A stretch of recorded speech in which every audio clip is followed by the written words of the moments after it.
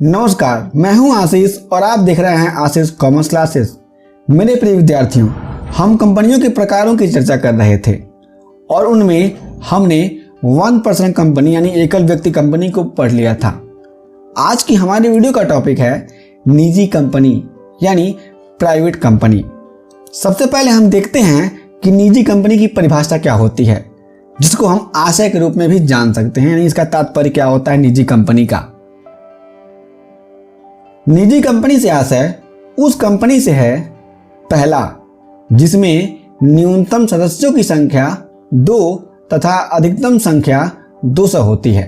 यानी पहली शर्त यह है कि कम से कम उस कंपनी में 2 सदस्य और अधिकतम 200 सदस्य हो सकते हैं, जो निजी कंपनी होती है। दूसरा, निजी कंपनी का सदस्य अपने अंशों को हस्तांतरित नहीं कर सकता। यहाँ पे ये समझा जा सकता है कि अगर कोई व्यक्ति है, अगर कोई सदस्य है, उसके पास कंपनी की पूंजी का यानी कंपनी के शेयर्स का कोई हिस्सा है, तो वो कभी भी उस हिस्से को किसी और को हस्तांतरित नहीं कर सकता, यानी ट्रांसफर नहीं कर सकता। तीसरा, निजी कंपनी प्रोविडेंट नहीं जारी कर सकती, यानी प्रॉस्पेक्टस नहीं जारी कर सकती, क्योंकि प्रोविडेंट जारी करना निजी कंपनी के लिए निषेध है। निषेध का मतलब है कि किसी भी स्थिति में जारी कर ही नहीं सकती। और जो कंपनी प्रोविडेंट नहीं जारी करेगी तो वो क्या करेगी, लोगों से शेयर के बदले पैसे नहीं मंगा सकती। अब यहाँ पे हम लोग आगे देखते हैं संयुक्त धारक क्या होता है।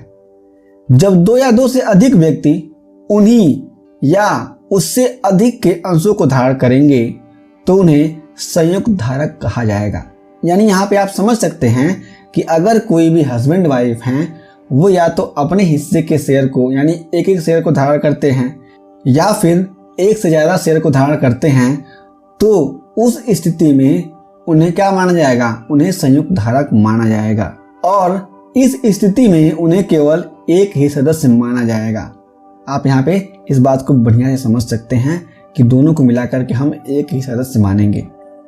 संयुक्त धारक की श्रेणी में निम्न शामिल नहीं है, यानी ये कुछ लोग हैं जो संयुक्त धारक की श्रेणी से बाहर हैं, उन्हें संयुक्त धारक नहीं माना जाएगा।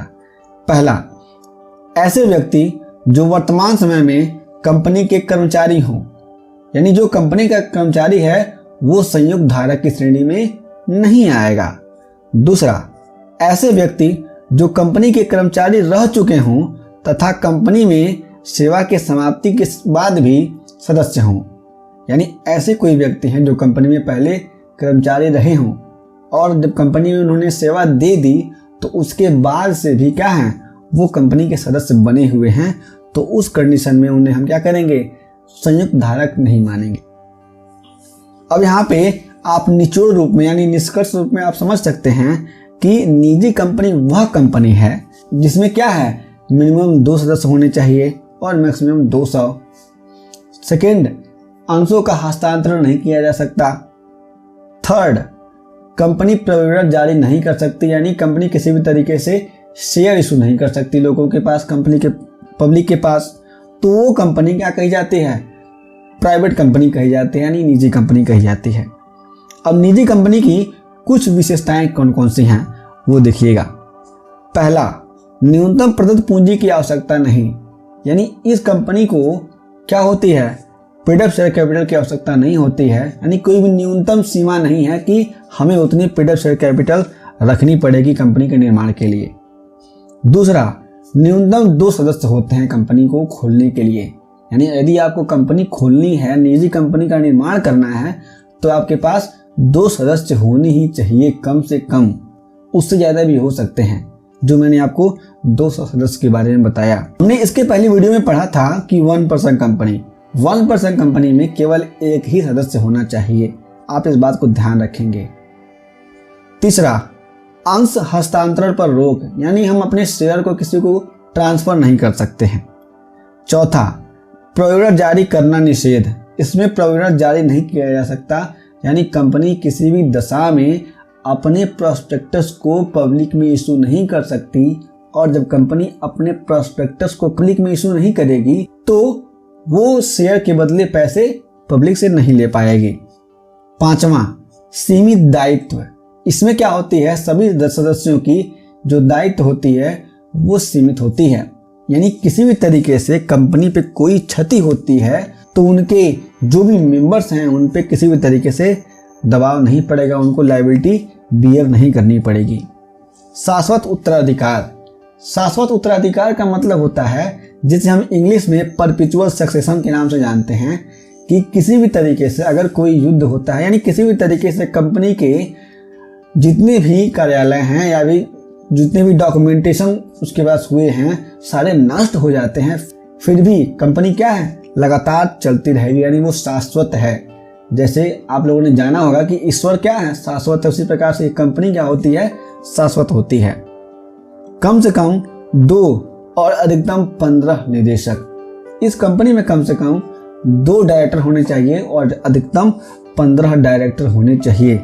डायरेक्टर को हम लोग निदेशक या संचालक के नाम से भी जानते हैं, इस बात को आप बढ़िया से समझ लीजिएगा। 8वां, निजी कंपनी अपने नाम के आगे प्राइवेट लिमिटेड शब्द इस्तेमाल करती है, यानी अगर कोई लिमिटेड कंपनी है तो वो अपने नाम के आगे प्राइवेट लिमिटेड लिखेगी। जैसे मान लीजिए आशीष प्राइवेट लिमिटेड, तो आशीष कंपनी है और मैंने अपने नाम के आगे, अपनी कंपनी के नाम के आगे लिखा है प्राइवेट लिमिटेड, तो मेरी कंपनी क्या कही जाएगी, प्राइवेट लिमिटेड, यानी निजी कंपनी कही जाएगी। अगर आपको किसी तरीके से किसी कंपनी के नाम के आगे प्राइवेट लिमिटेड सब लिखा हो दिखाई देता है तो आप समझ जाएंगे कि वो कंपनी क्या है, प्राइवेट कंपनी है, यानी निजी कंपनी है। तो मेरे प्रिय साथियों, यदि आपके पास और कोई भी प्रश्न है निजी कंपनी से जुड़े हुए तो हमें नीचे कमेंट बॉक्स में जरूर बताइएगा। अगली वीडियो में हम पब्लिक कंपनी को समझेंगे और बढ़िया से जानेंगे। हम फिर से मिलेंगे एक नए वीडियो के साथ, तब तक के लिए जय हिंद, जय भारत।